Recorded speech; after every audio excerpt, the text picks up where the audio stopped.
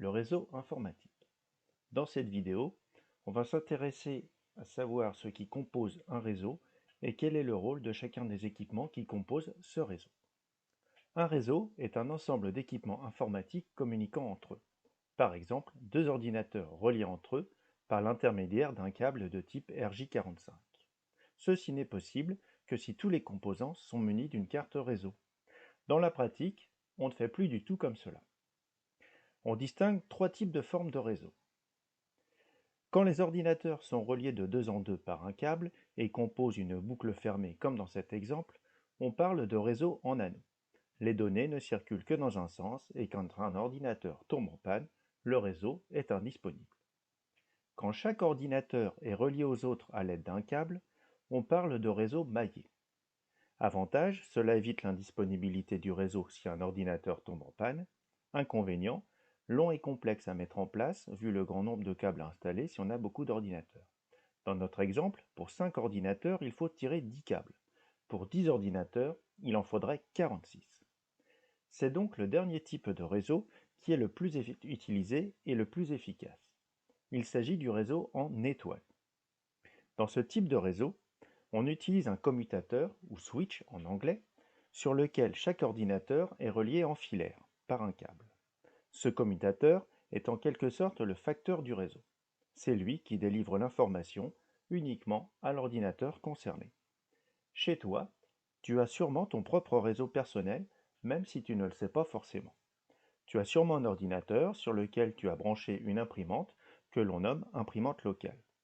Tu te connectes à Internet que l'on appelle le réseau des réseaux. Pour cela, tu as une box Internet et ton ordinateur est peut-être branché dessus à l'aide d'un câble RJ45.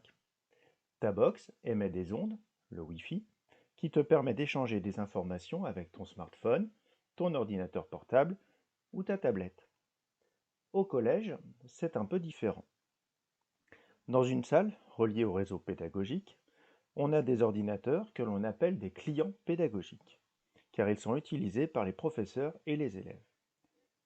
Sur un de ces postes, on peut avoir une imprimante reliée en local. On a aussi les clients administratifs reliés au réseau administratif, c'est-à-dire celui utilisé par le principal et la vie scolaire. Chaque réseau est indépendant et possède son propre switch. Sur chaque switch, on a également branché une imprimante réseau.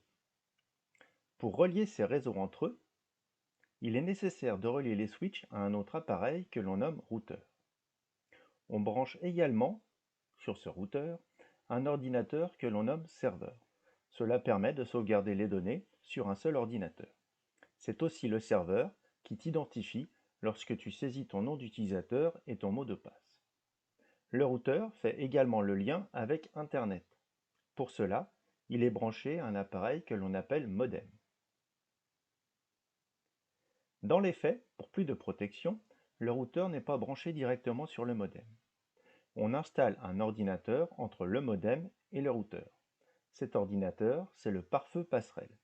C'est cet ordinateur qui fait office d'antivirus et interdit l'accès à certains sites. Pour finir, on a également relié une borne Wi-Fi au switch pédagogique pour permettre l'utilisation sans fil des tablettes.